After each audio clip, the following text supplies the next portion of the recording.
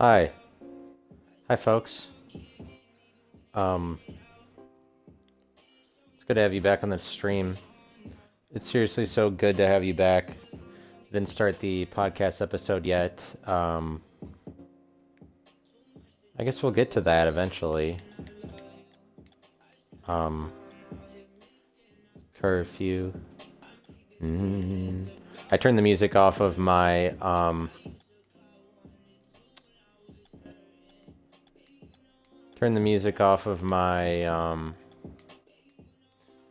video game, off of Rocket League, so that I could play my own music. Perfect. No. Let's see. One thing I wanted to do is change my car. Gotta go to my garage.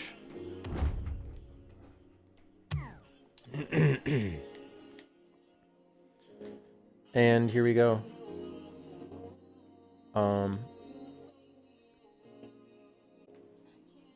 Hi everyone. Today I have some official music that I'm promoting. These are songs that are promoted for the podcast.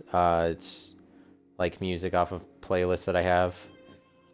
It's my music, but it's officially promoted on the podcast. I'll put in the description, I'll put all the songs that were played today because I'm promoting them. This is promotional activity, not paranormal activity. Let me adjust this.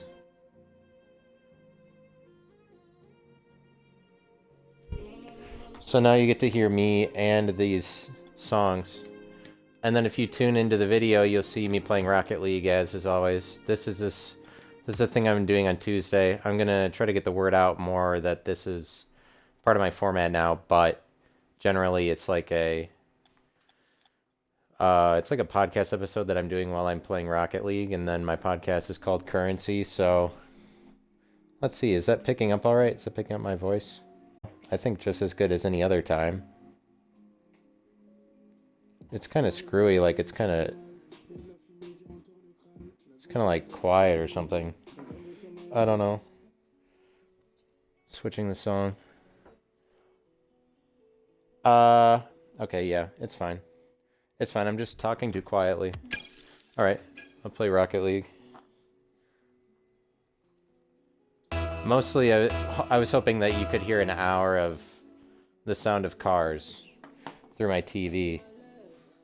Probably better than that is probably songs are better than that. So I'm just playing music that I have, but I'm promoting it. Last time I realized that, like, the TV was too loud.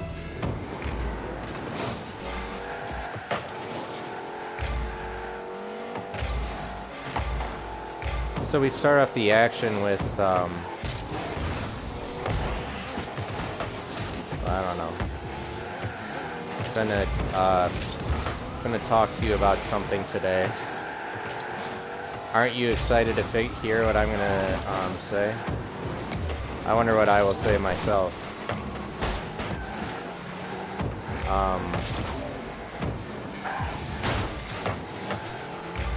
Oh no, it's reading Genesis. And Genesis is the coolest thing because I don't know. Just comment on the game I'm doing.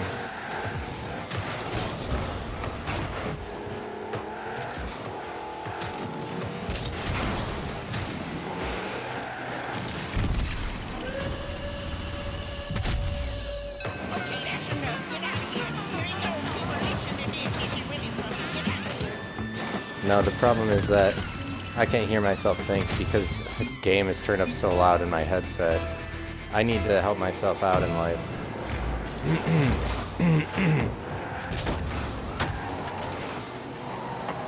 Let's start this over, actually. I have so much time on this Twitch stream because nobody even follows me yet. I can adjust my podcast.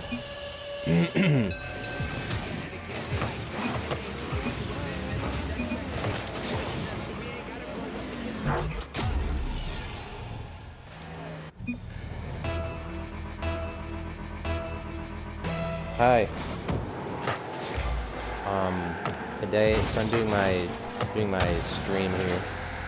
Let me see how loud the TV needs to be. That's fairly loud. Last time I started off and playing it back, I realized that the music was blaring, like, and it was Rocket League music. This is my music, but it's promoted. I'm promoting it. It's officially being promoted on this podcast. In the description, you'll see all of the songs that were played today. What I'll be doing is playing songs that are on my playlist. This randomly is the song that's playing. I was not intending, like, this is the song that people need to hear first of songs that I'm going to play that's for myself, but hopefully that's not too incredibly loud. I mean, this way I share with you the music that I play, and now you know a little bit more about the life that I live. In case you tuned in to the Rocket League stream, I'm sporting my second car, which is a long-bodied car. My name on Rocket League is S. Mike Cochran, or Cochran is spelled C-O-C-H-R-A-N. That's because when I score, then it'll say S. Mike Cochran scored.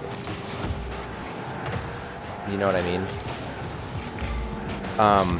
Maybe you understand the benefit of that, but I don't know. It's just because I understand it's a little childish, but I am playing video games here, so. So much going on right now, I'm barely paying attention to this game. I enjoyed talking last time about pop music and Michael Jackson. I was just watching a lot of Michael Jackson videos for some reason. I never really thought about him in the way that everyone's like thinks he's amazing. I think that the media changes things so that you're just like, oh, he's only a creep. At least like the year that I was born. By that time, the media just hates him so much. Probably for being a really transcendent figure. People who are special like that, the world wants to tear down, point out their flaws. I mean, I guess that just comes with the territory. You have that much exposure at all. Someone like Michael Jackson. He got a lot of exposure. He had a good PR. Good for him.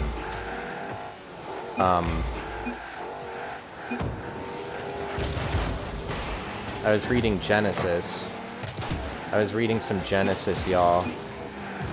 Yeah, the real true shit, the OG shit. Genesis. Genesis is majorly OG. My teammates probably hate me. Oh, I get an assist because I'm good. I get an assist because I'm good. You hear that? In case you only listen to the listening portion.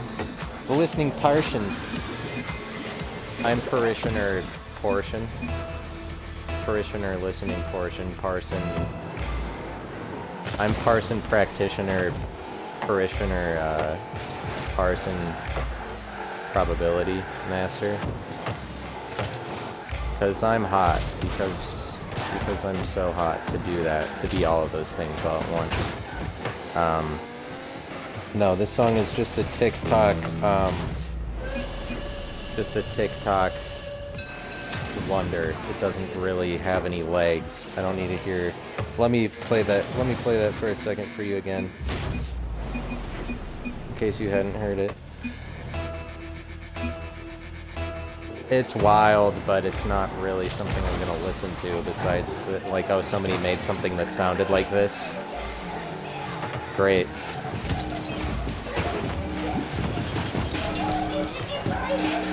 That's enough. I liked it the first 2 times I heard it. Oh god, I'm gonna lose. Now we're losing. This is a good song. This is a group called 070 Shake. It's just electronic, mostly. Hopefully that's not overpowering things. Because this is carpool karaoke as well. I'm driving a car the entire time. Speaking of which, isn't James Corden just like the worst human being on earth? Who could like that guy?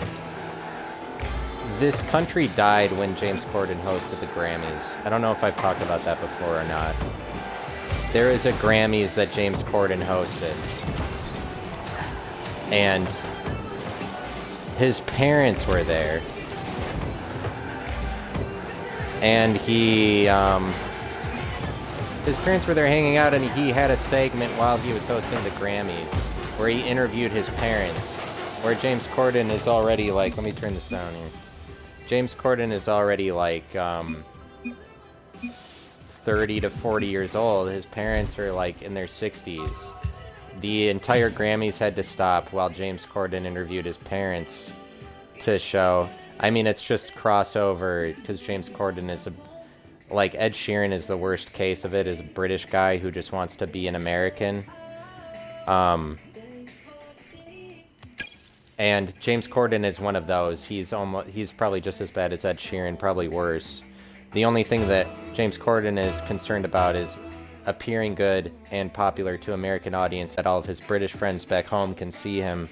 He's just an appearancist, like, bullshitter for America. Like, he only, what I'm saying is that he only knows America superficially. But America is so culturally defunct that they let him host the Grammys just because he has a segment just because he has a carpool karaoke, that segment, where he has popular artists on. Oh my god. I need to pay closer attention. The body of my car is called a Dominus, which I guess is a good theme for my name being S. Mike Cochran. It's not really like that for me, it's kind of more ironic. I'm not really an S. Mike Cochran kind of guy. But we are playing video games here. And people, I don't know, I mean, it's subject to change.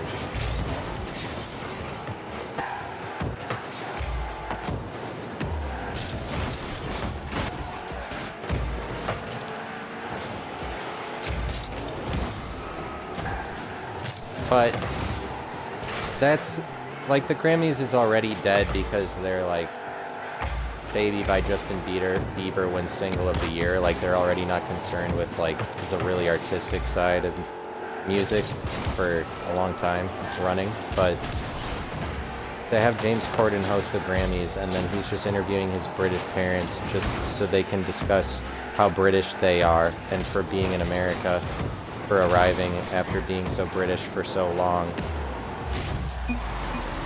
Yeah, I play like garbage as long as I'm just focusing on what I'm saying. But I'm hoping that one day I mindlessly can just start scoring goals. I'm still in Platinum 1. I want to get to Diamond, which is like I need to get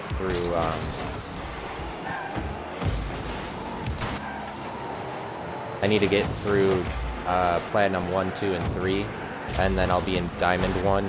Then I gotta get through Diamond 1, 2, and 3, and then I'll be something else, I don't know what it's called, but I've gotten through Bronze 1, 2, and 3, and Silver 1, 2, and 3, and Gold 1, 2, and 3. I'm in Platinum 1. Each one of them has 4 divisions. I'm in, like, Platinum 1, Division 3 in this mode that I'm playing. But, so I haven't gone anywhere since I was last on here last week, but I'll keep you updated on the progress of that. But I've only been playing for 4 months. I figure my goal is to get to Diamond 1 by the time I've been playing this a year. And so I'll update you on that progress. I figured that if I get there, then maybe I'm on track to being a pro. Wow, that was a poor play by me.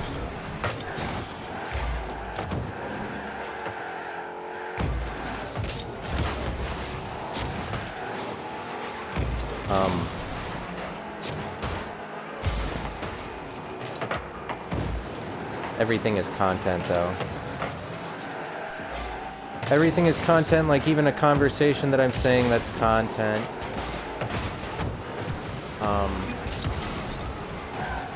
Get in there, get in there, get in there. I suck. I fucking suck. Jesus. Alright, I need to really think about what I'm doing here. My teammates are probably like, Jesus.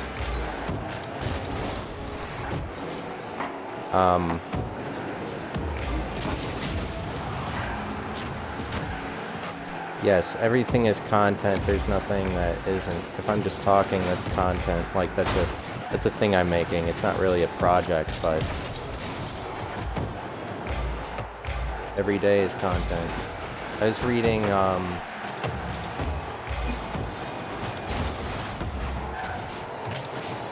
just feel like the Bible has more of a cultural impact than people know. Like, it's too much part of the culture, and American culture influences so much. I think that the Bible is like woven into things more than people know. I think a good question is the question of like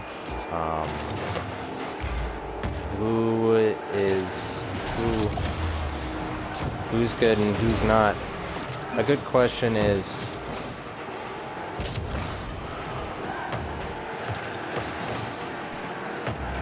I forget what I was going to say. I'm focused on this game.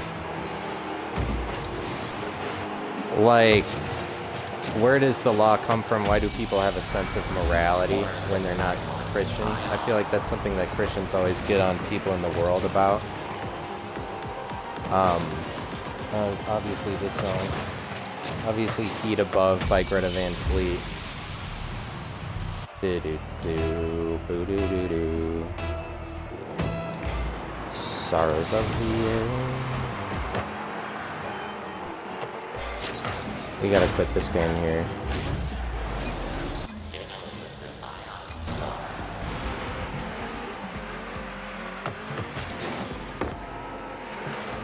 Like, is it, where does morality come from? I feel like every establishment has to have a sense of integrity and a sense of morality. And it's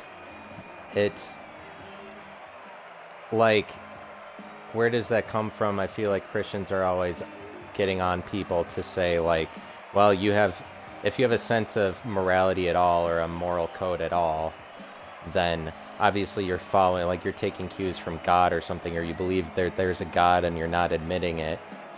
And there's some truth to that, like, and maybe some of the truth of that is just like, people don't recognize the Bible's cultural impact, or, like, I mentioned sometimes how I'm worried that the whole world is living in the Bible, or that's kind of like a thing I think is true. I think that it is true, like, I'm trying to find out what the truth is, and then at this point in my life, for some reason I'm led back to the Bible, or, like, because the thing is, what is more impressive than the Bible? How could I be more impressive than that? But think about the word impressive. Think about it. I'm saying impressive, like, when something impresses on your brain or on your memory, that it gets impressed. Impressive is a word for that, besides, like, somebody is talented, but it's like, if they are talented, that's what makes them have the quality where they're more impressing themselves on your psyche, or they are more impressive. Like, impressive embodies that in every way, that it's being impressed or rigorously enforced on you because it's so memorable. Like, yeah, things that are impressive, and impression itself is rather memorable. You know, and if I was gonna actually, like, my topic, if I'm talking about impression, then it would help if I was impressed at this game, but I don't know that that's gonna happen. But you know what? You can't always get what you want, but if you try sometimes, you get what you need. That's an original quote. That's an original quote from me and not from anybody else. If you don't try sometimes, then possibly you maybe get what you thought you had. Next time when you need it, don't try so hard, and you get what you want.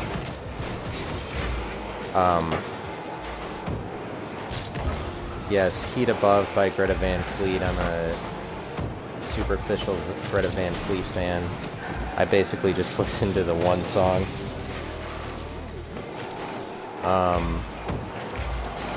I'm saying that impressive.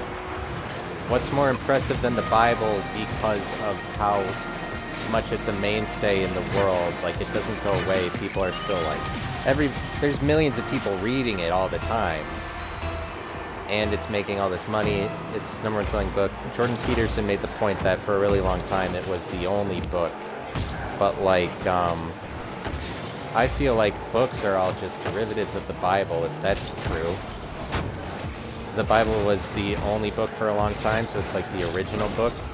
I mean, popularly speaking, there's probably a long period of time where, yeah, like basically the only thing that people had was the Bible in terms of books. But then it's kind of like all other books are derivatives of the Bible. Jesus, I need to think about what I'm doing here. Just not being very aggressive with my shots. What's more impressive than the Bible? How do you find a person that's more impressive, or a band? And impressive being on the psyche of the country, on the consciousness of the country. It's so impressed, it's so ingrained. And so like, I feel like I want to read the Bible, so I started reading the Bible. I started reading Genesis. I intend to read the entire thing, which I didn't have any motivation to do when I was going to church. Like, I might actually have more motivation to do it now, because the reason I have motivation to read the Bible is because I'm starting to see it as just a single story. As in, it is a self-contained book with a single story that has a message and a theme that is supposed to be, meant to be deciphered. I think that is the correct way of looking at it.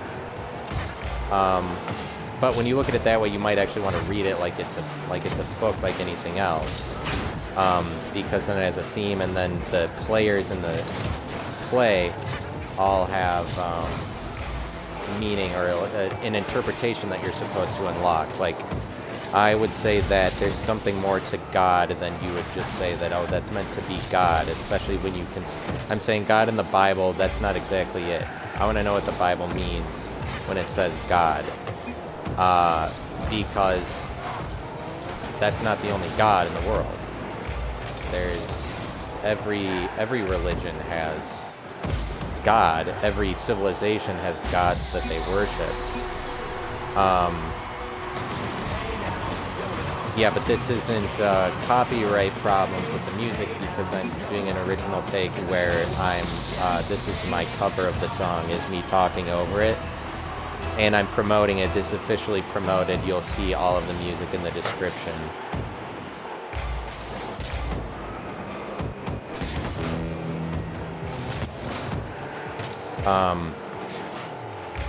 Because, like, there's a god of Islam, there's Hindu gods, like millions of them. There's the gods of the Aztec Empire, the Roman gods. There's so many different versions of God. It's almost like the thing that...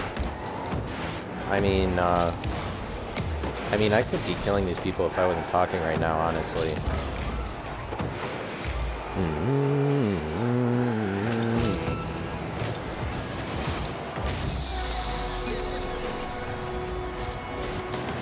I think so far I'm 0-1, and now I'm working on a second loss.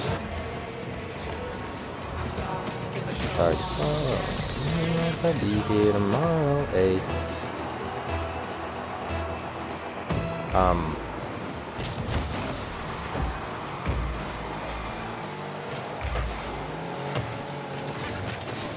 There's so many gods. Wow, I'm really not paying attention. That the God in the Bible isn't the only one, so you're not gonna, like, realistically speaking, you can't read the Bible saying that the God in there is the only God that there's meant to be, because there's so many other gods. There's already so many interpretations of God that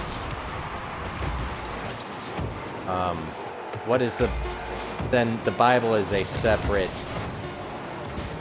interpretation of it. It's a separate book about the guy, and so it means something specific when it says God. And so, like, there's characteristics that you would be able to point out based on whatever is mentioned around God in the Bible. And like I am reading Genesis, and I was reading Adam and Eve. Adam and Eve is probably my favorite story in the Bible, just because maybe you're supposed to look at it as a thesis statement for this song is called Noticed by Lil Mosey. You look at it as a thesis statement for the rest of the way that the book is supposed to play out. I'm still in Platinum 1 despite opening up here with lots of losses. Let me try to go into overdrive here, and no pun intended, and drive the ball into the goal while talking more efficiently. Let's see if I can take it to another level here in terms of talking and scoring at the same time. I mean, this is only the second time, and I don't have any followers on Twitch yet. But here we are. Here we are, world. This is like, I guess it would be happening regardless. It depends on, oh, Jesus. But,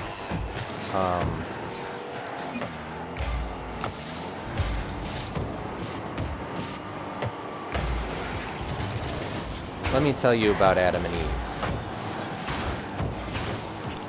Oh, asshole.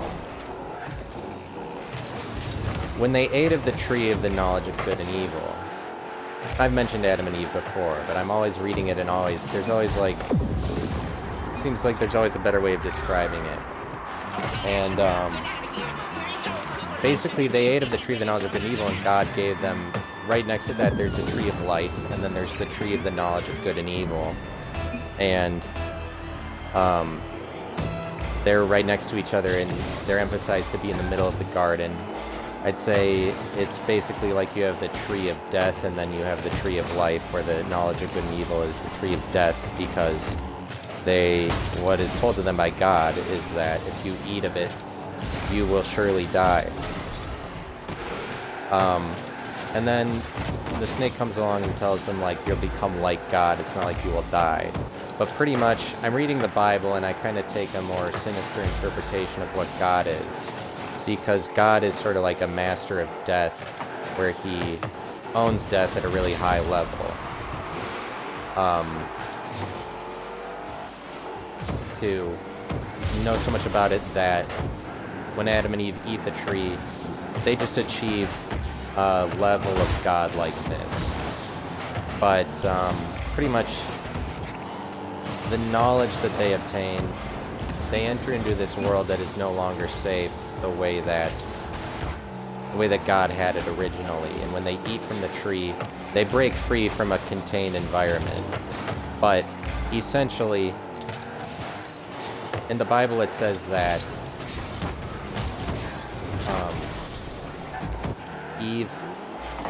Eve ate from the tree, she heard what the serpent had to say, and then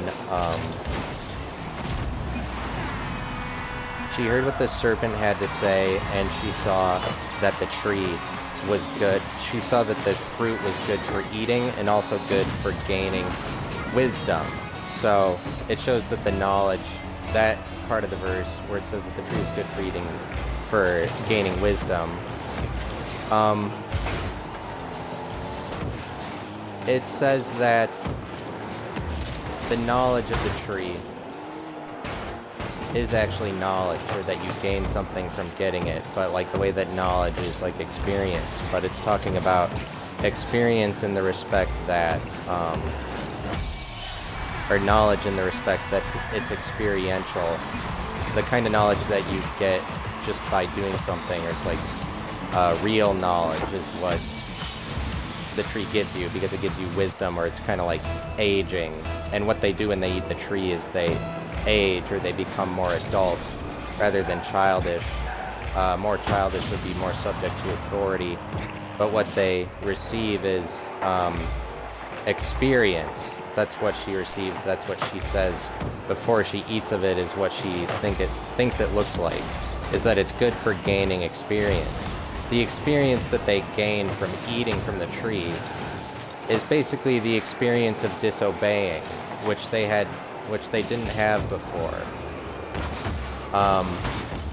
disobeying God and breaking free of the rules of the environment that they used to live in, and now they have the experience of breaking free of of overcoming an environment. Now they have experience of breaking rules, which they didn't have before. But this is just like a fundamental thing about the tree, that it is the knowledge that they gain, the knowledge of evil, or like it's the knowledge of wrongdoing, but it's the experience of wrongdoing that they automatically gain by physically eating it. And that's important because it describes how God is the holder of the keys of it. Like, them eating of that tree is the first time somebody broke out of the confines of an environment or got past the border of a safe, contained environment that they weren't supposed to go past, but it emphasizes that God holds the keys to the rules, or God is the authority that goes over the environment, that sets up the environment, that you would have to go against God to break out of any environment. But it's basically like God would hold the key for any given environment that you could think of that has rules. But look at that, I scored. Now we're leading.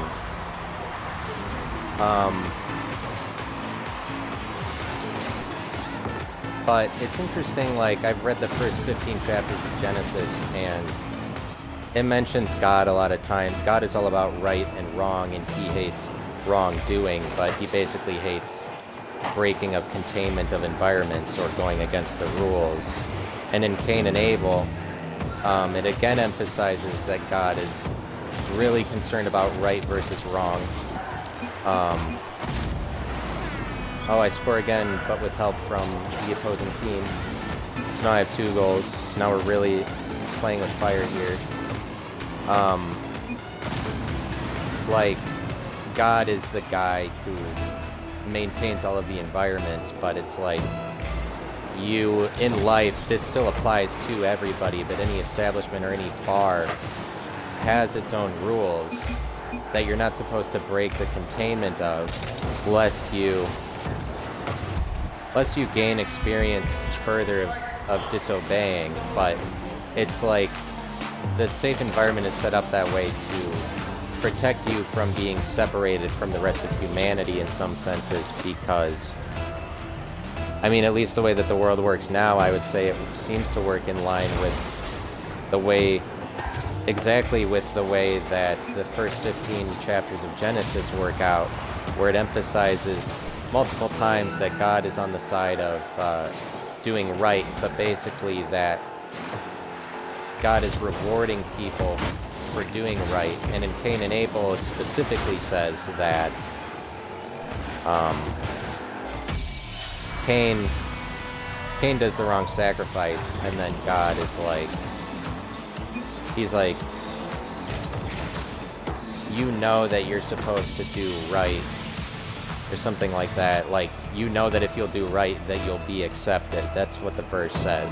Like, Cain, what are you complaining for? If you know that if you do right, that you'll be accepted. And that's basically the thing, is that as long as you are doing right in the world and following the rules, like, then you will be accepted more. But basically, the way that it's emphasized in the Bible is that it says God finds favor with you. God finds favor with all these people that live righteously and aren't wicked and stay within contained environments, and then he reveals himself in contained ways. Like, Noah was the only righteous guy, and so my interpretation of that is that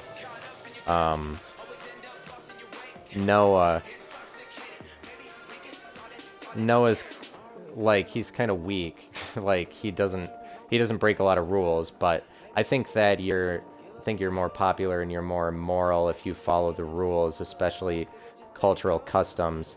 That's what will get you favor in the world and get you more money. Is you'll get more money if you're following the rules, but if you're staying within the law, legally speaking. But the country is very legal and makes it so that you become unpopular when you're breaking laws.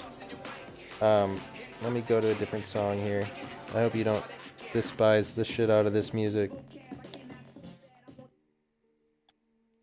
Here, I'll play this one. This is a guy named Stromae. He has an album coming out March 4th, and I'm fucking excited about it.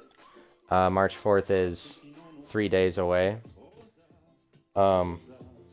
He's like one of the most talented people on the earth, and he hasn't made an album in 9 years. He has an album coming out March 4th called Multitude. I'm so excited to hear how it sounds. It might just sound like shit, but he's just really talented. His name is Stromae. He's from Belgium. Sings in French. I'm gonna keep playing 3v3.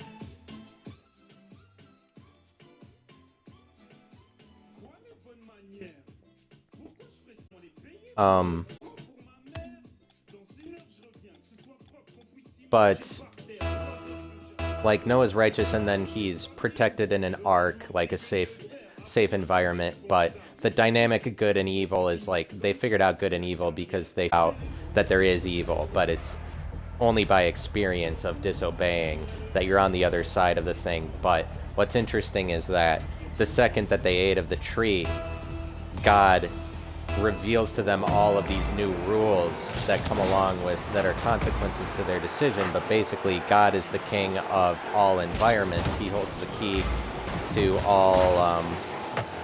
all environments. But like I'm saying, a set of rules is a containment.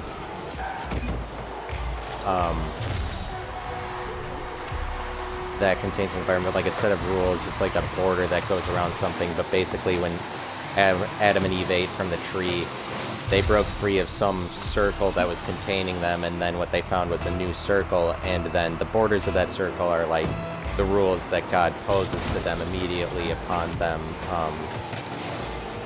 having to deal with the consequences of their new life. But God is the authority on all of those. But in the same way that God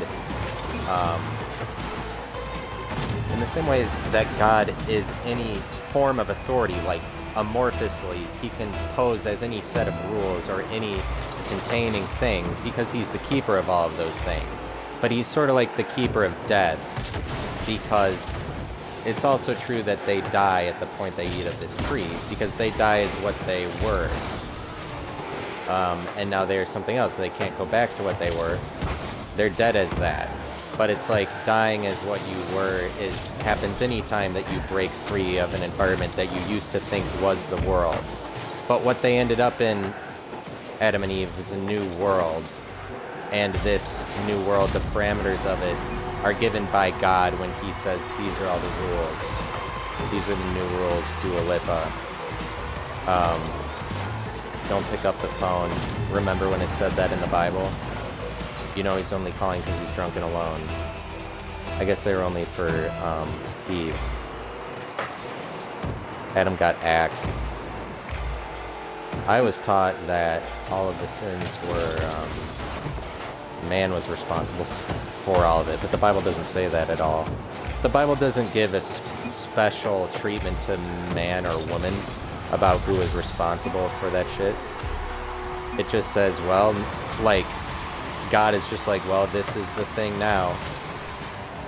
Like, he's like, well, these are the new rules. But God is so above everything, he already knows the next set of rules, like the next set of parameters. But it's kind of like God is the keeper of these environments.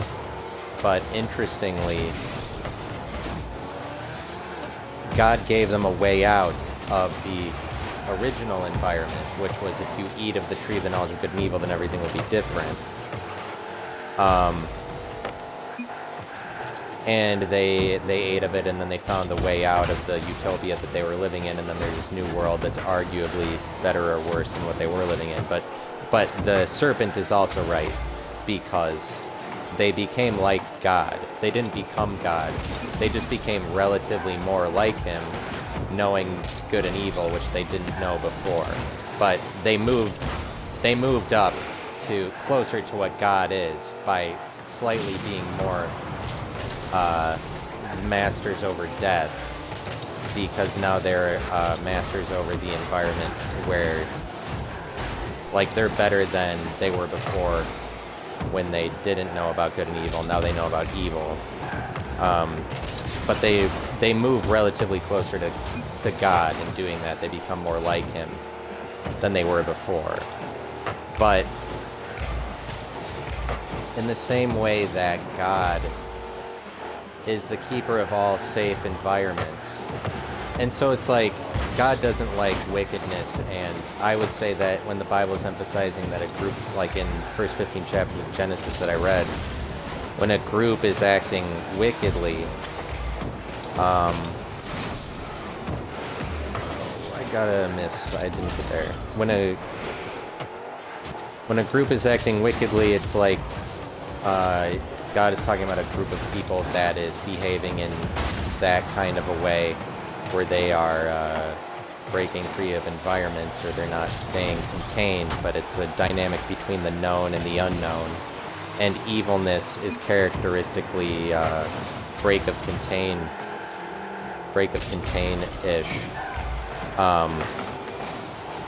But it's interesting if you would also agree with me that breaking of containment makes you more like God. But it does, because relatively speaking, you overcome an authority that you used to be contained by, and now you are an authority of that thing where you used to not be, which is you become closer to what God is, where God is already the authority over any environment you break out of, and then also a bunch of other ones that nobody's even thinking of because he's God. But characteristically speaking, you want to think about what God is if those things are true. Oh, I'm fucked. Oh, my teammate bailed me out.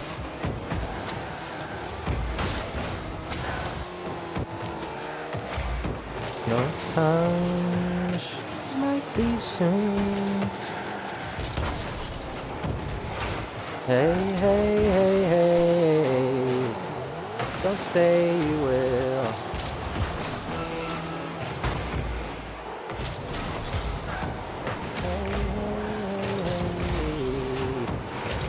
Say you can. I pray you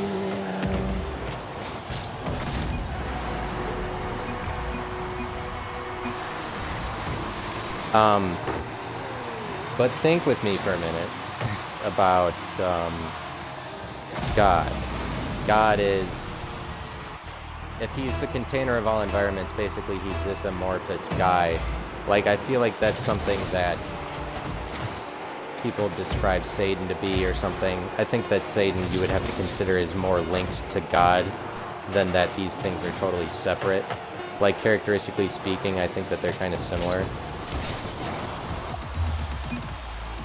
But God wants you to stay in the safe environment, but like opposing God is disobeying or breaking rules that did exist. But I think that the world doesn't reward rule breaking at all. It makes you lose money, you lose reputation, people go to prison and they're screwed, and you're losing jobs in the future long after that. You can't get into legal trouble. The law is, you can't do illegal things. There's stigma for people who engage in illegal activities. Definitely, it's bad for your reputation and for your relevance and for your currency to break rules. And why is that? Why is the law given so much power? And that, especially when that coincides with the world that's laid out in the Bible, where God, the figure of God as it's represented, is so much on the side of you have to follow the rules and stay within and contained environments or else you're wicked. But basically God finds favor with the people that do stay contained in the environment. But like, those people receive the most riches and the most descendants and inherit the most land. People that God finds favor with. So you see that God being on the side of you not breaking the rules and staying within environments that in that world you're more prosperous if God likes you, and if you don't if you don't break rules. And I would argue that the world we live in is the same thing. Same thing as that. And why is that? When the world claims to not be so religious, or they act like the Bible isn't.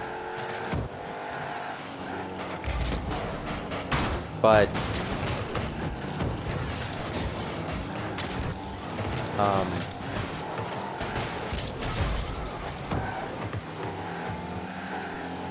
if God can be any rules.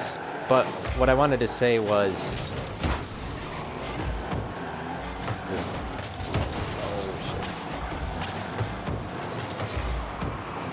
when Adam and Eve ate of the tree of the knowledge of good and evil, God gave them all these rules, like you're going to, now you have to work the land. Get in there. Now you have to work the land, whatever, Eve is going to have pains in childbirth. But he also mentions the thing that they can never do again, the same way that when he posed the world that they used to be living in with the tree of life and the tree of the knowledge of good and evil, he said,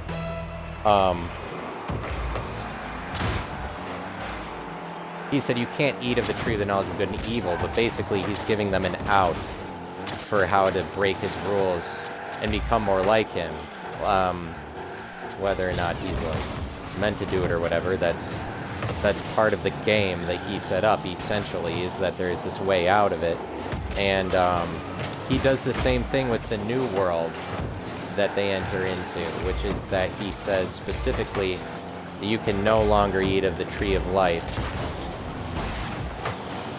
and live forever. And so,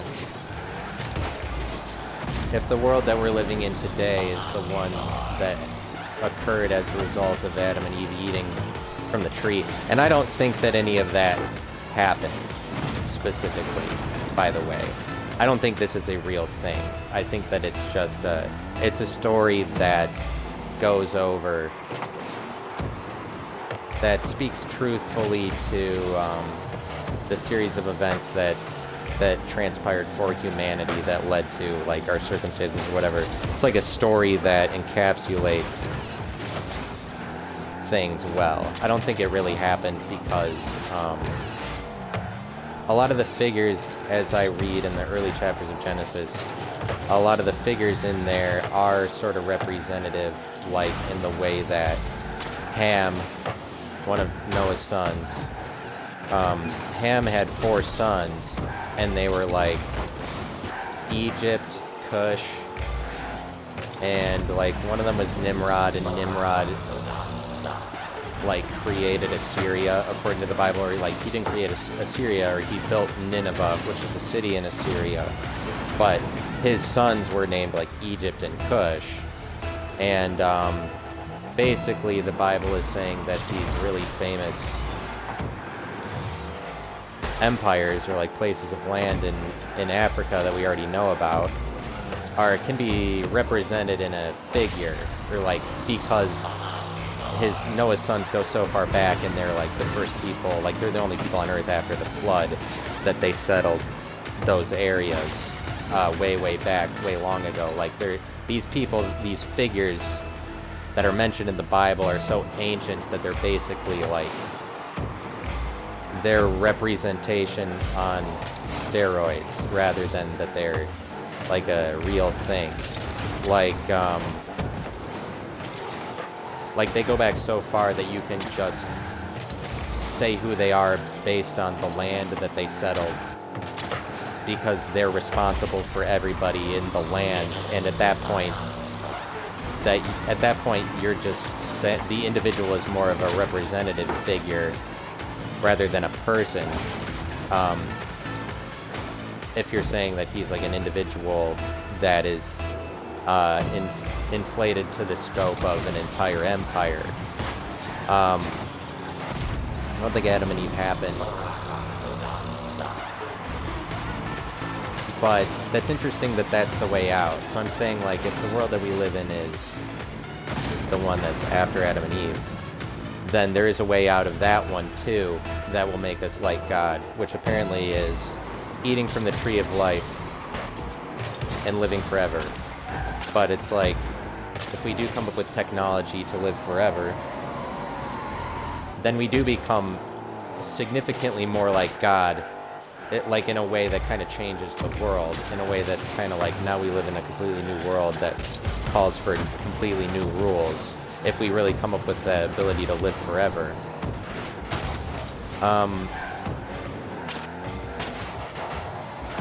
But I'm mentioning that in the same way that, like, the Aztecs built all these temples to their gods, in the same way that Assyria, all of the biggest cities in Assyria had their own god, and then all of the cities in Assyria competed with each other to see whose god was the best, which city's god was the best one. And every city would build a temple to their god, but just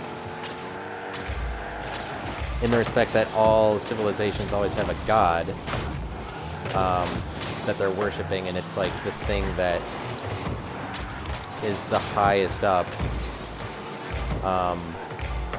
Basically, God takes so many forms, is the point that I'm making, besides that he's across every religion. Every religion has a different god, has a different interpretation of God, the same way that empires themselves are kind of like a religion. Nations are kind of like religions, like America is a religion, and America has its own god. But there's so many, but even everything has its god, but it's kind of like God is...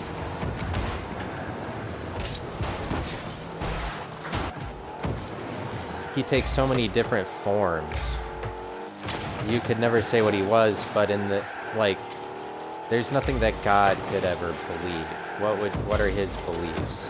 He's just turkey. He doesn't stand for anything. In the same way that turkey is turkey bologna, turkey ham, turkey, it's a substitute for everything. Like Mitch Hedberg, a famous comedian, has a joke where he says he's in the deli aisle and he sees that turkey is like turkey bologna, turkey ham, and turkey sausage. And he's like, why can't you just be yourself? Like, what does God stand for if he, like, he holds the key to so many different environments, or he's basically the rule poser because he is morality at every level. He is, he's like the integrity for all environments.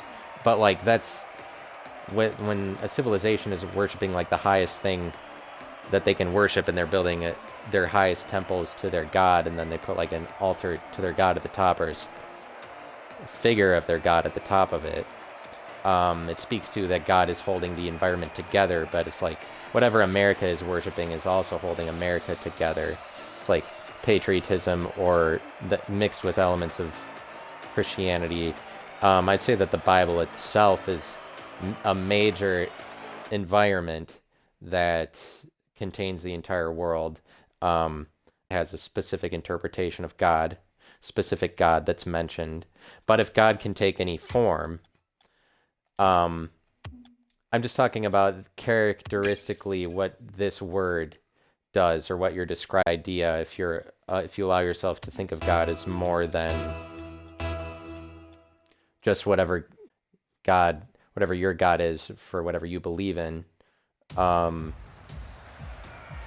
Like, I think that God, I'm saying that my interpretation of God right now is that he can take any form because he is the rule setter for any given environment. That's what he's able to do as God. That's what makes him God, is he's basically any authority. That's how much power he has. He is all authorities, right? That's what God is. And when that's the case, what is he besides like a shapeshifter that you would not, because he's not anything actually. He poses as every illusion, essentially. Because no containment is actually better than another one. But it's like God is every single illusion. He is illusion itself. And there are things to worry about with God. Especially when he's and he's pretty against people becoming like him, it would appear, because he hates wickedness. But I would say that the more environments you break out of is the more disobedience that you've gained experience in. But it's not, in the world we live in, I'd say, is too eerily similar to the world that's brought up in the Bible. And also, the world we live in has a lot of Bibles in it. And the Bible is like one of the most impressive things to the world. They keep consuming it, reading it. Since that is the case, it's not like beneficial to try to break lots of rules or be immoral, because you see that it's not rewarded in this life. But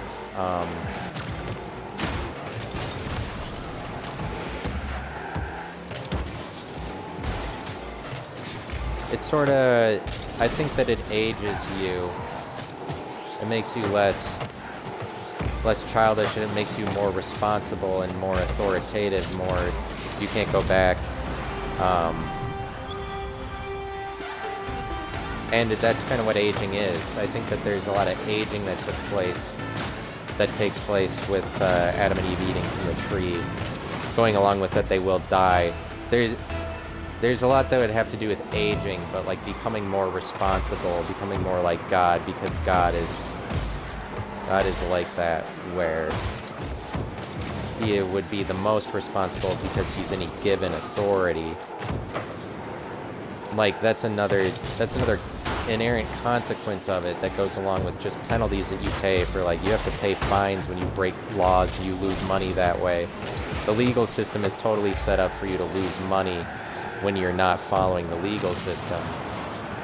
But another penalty for it in this life, like in the one that's going by what I'm arguing is like the rules that the Bible say, in this life, aging, like in the same way that God says that the way out of this new world is you can no longer, you can't eat from the tree of life, but it's like, but what if you did? That's the rule that you break, and then you get out of this world, or you live forever. It's assumed that aging will happen for people who disobey in the world that we live in now. But I'm saying, like, aging is also one of these consequences, like losing money or losing reputation for not following the rules. Like, aging is part of it too. It's kind of just harder to describe how.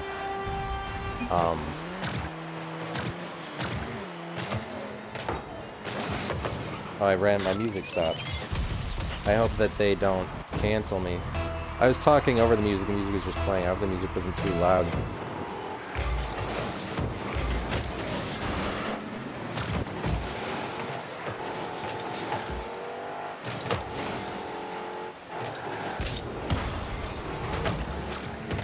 But I'm at 58 minutes here. 58 ski minutes. And I guess once I finish this game, I'll be done. At least for the podcast episode, as far as that's concerned. It's just, I like thinking about that with God. That he's like a shapeshifter. He could be anything.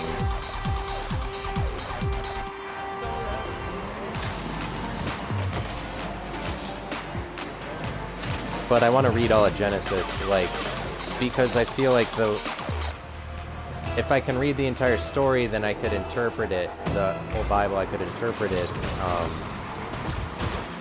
since now I'm finding that it is, like, true enough to the world that it's kind of good for gaining wisdom or something. Just like the tree of the leaves of the knowledge of autumn and livelihood.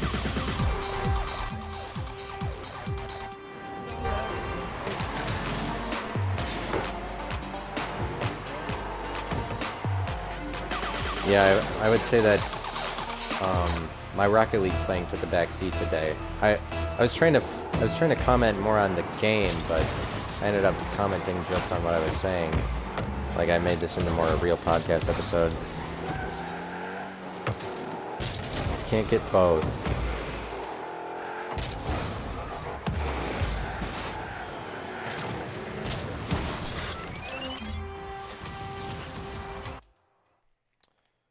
All right. Thank you for tuning in. I appreciate you all. It's good to have you on, and do your likes and subscribes and follow me on Twitch. Talk to you later.